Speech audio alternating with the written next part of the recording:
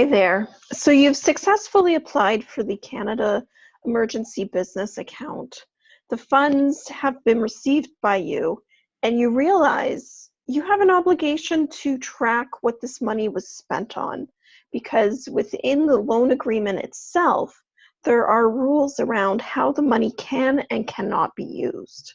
So how are you going to track this in your bookkeeping software?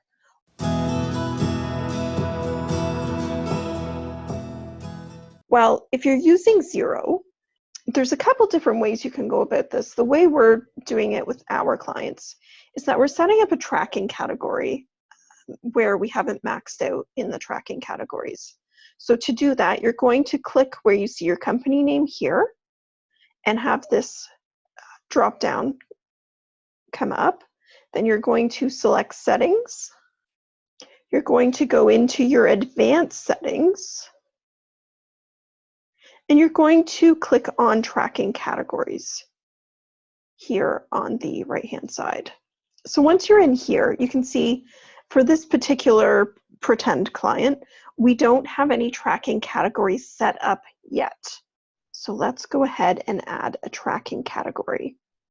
So you can have two different types of tracking set up and then multiple items within that type.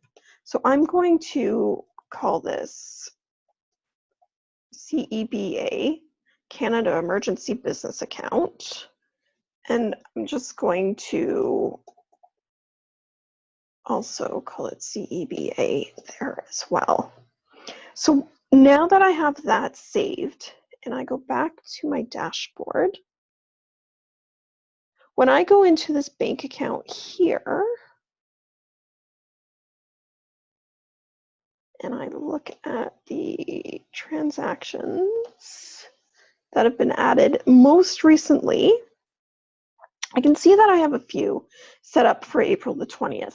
Obviously, you can only use transactions since you received, or at least we're assuming at this time, you can only use transactions since you received the funds.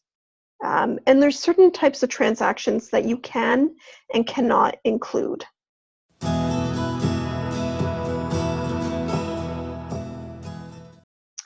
Things that it can be used for, and I've covered this in an earlier video, but I'm just going to reiterate, are things like payroll, rent, utilities, insurance, property tax, and regularly scheduled debt service.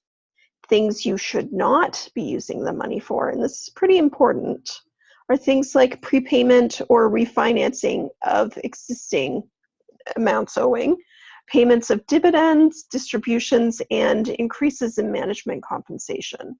So if you're thinking, oh, I'm just going to go and pay off the car so that I don't have that reoccurring debt, don't do that. That counts as a prepayment or refinancing. Oh, I'm going to give myself a raise, don't do that either. Use it for regular scheduled things that you would have had before that you're trying to cover now.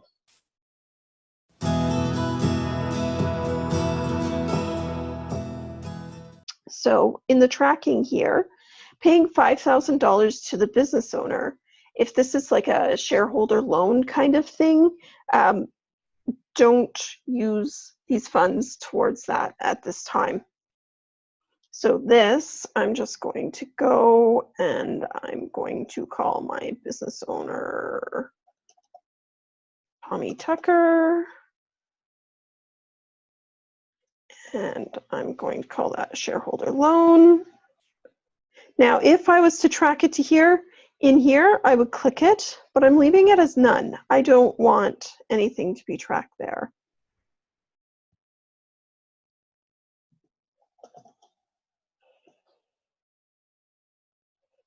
So here, you'll see it's automatically none. So I can go ahead and add that transaction. Payroll is something that you can do. So if I was to do that, I would go here and click here. Hydro, again, that's something you can pay. Now, you'd probably already have these set up.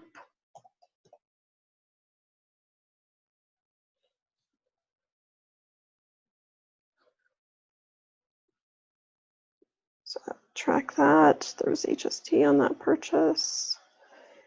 Rent, yes.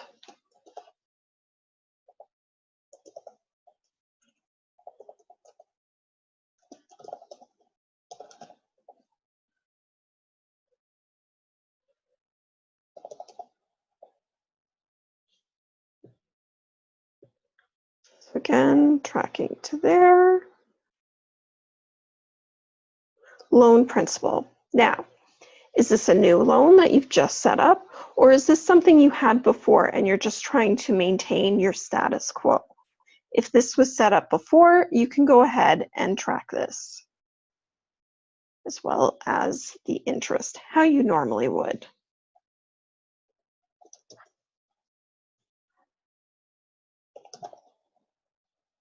And that's tax-deductible interest.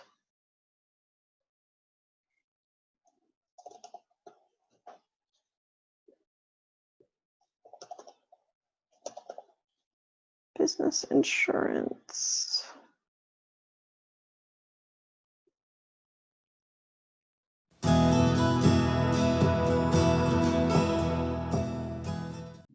So now that you have all your transactions entered in, you're going to go up and click on accounting and then go to reports.